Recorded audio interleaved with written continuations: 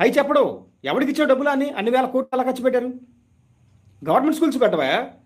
ఆరోగ్యశ్రీ పెట్టి 100 కోట్లు 1000 కోట్లు వాడెవరికో దబ్బెట్టిందండి. మెడికల్ మాఫియా నడుస్తుంది ఎప్పుడు చెప్పాం? ఇది రీసెంట్గా మీకు జరిగింది కూడా చెప్పాలండి. ఇది స్టార్ హెల్త్ అని చెప్పి ఒక ఇన్సూరెన్స్ ఉండేది, హెల్త్ ఇన్సూరెన్స్. కొంతమంది ఇన్సూరెన్స్ కట్టించిన తర్వాత కొంతమంది డాక్టర్లు ఏం చేశారంటే తెలివితేటలుగా ఎవరన్నా జనరల్గా అయితే పేషెంట్లు అయితే వాళ్ళని కూర్చోబెట్టి హెల్త్ ప్రాబ్లం అని చెప్పి బిల్ వేపించేవాళ్ళు.